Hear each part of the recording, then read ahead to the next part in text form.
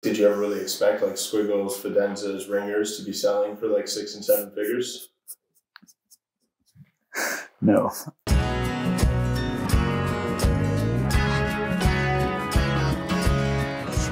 We are hosting 600 RSVPs in the middle of nowhere, Texas.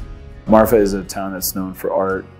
Last year we had this idea to kind of gather here in the desert, and this year we decided to do it again. We are in a very unique position in the NFT space, or even in the world of tech, to get to do these delightful things, and we may not get to do these delightful things forever, so we sure as hell need to capitalize on these times right now.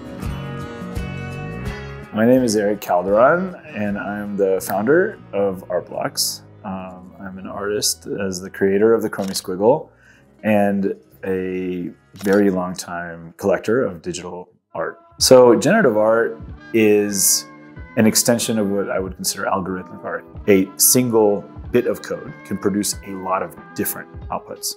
So if I code a square, I can make it to where every time I refresh that screen, it randomly picks a color for the square. And so that square can be red, and then I refresh and it's blue. I refresh and it's green, the background color. And you start adding all these details that are all variable, and that variability based on one root algorithm is what I consider to be generative art. My name's Tyler Hobbs. I'm a generative artist. With generative art, you're working with one algorithm, but you really are thinking about the entire space of what that algorithm can output.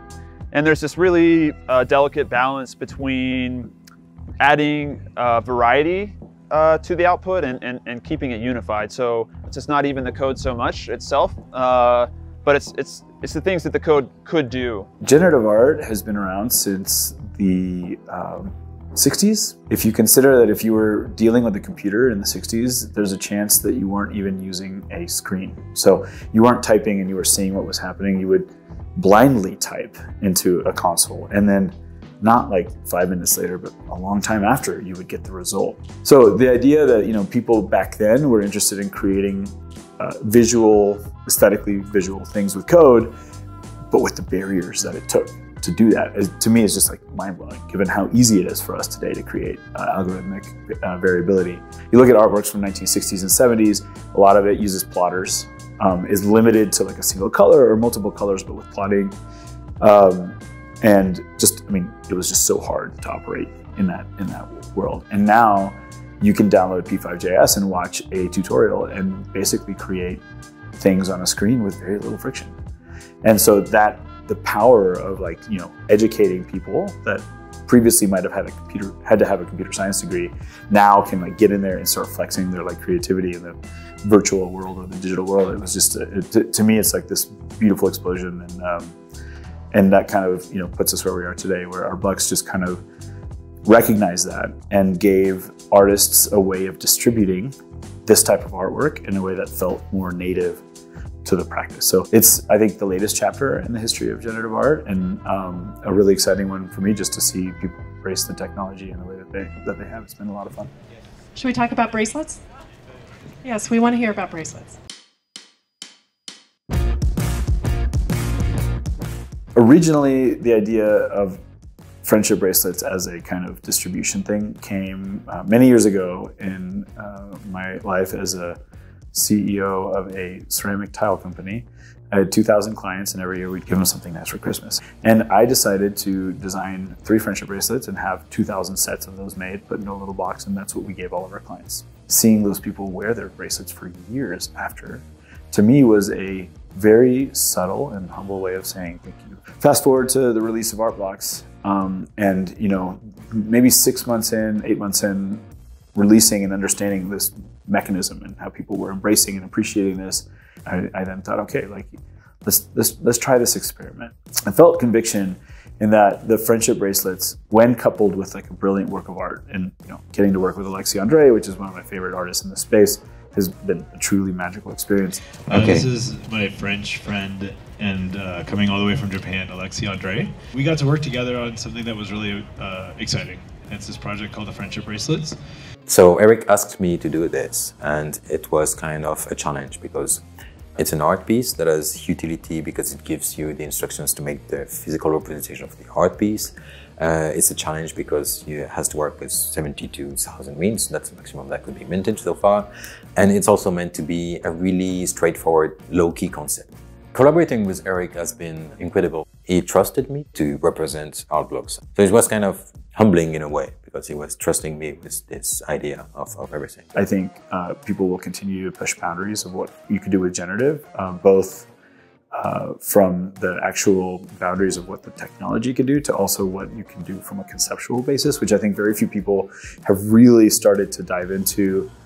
Like, if you apply creativity not to the visual output, but creativity to how humans consume this, I think we're yet to see like where this goes. And there's a lot of examples here this weekend of people doing that, and I'm excited about it.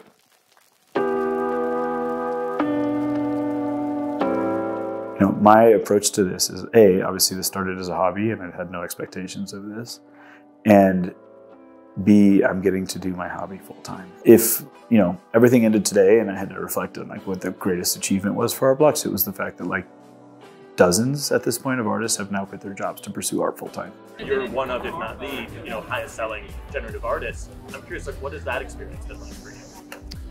Yeah, the financial side of things has been like really surreal. It's not something I've ever anticipated. You know, whenever I decided to be an artist, I kind of accepted that with like financial struggle being a built-in part of that, and so it's been really surprising, this aspect of it, the type of opportunity it allows for, right? Like the types of projects that I can take on now are completely different from what I could do before, and so I'm hoping to find ways to use that for good and to use this funding to help make this type of artwork more available for the community and for the world at large.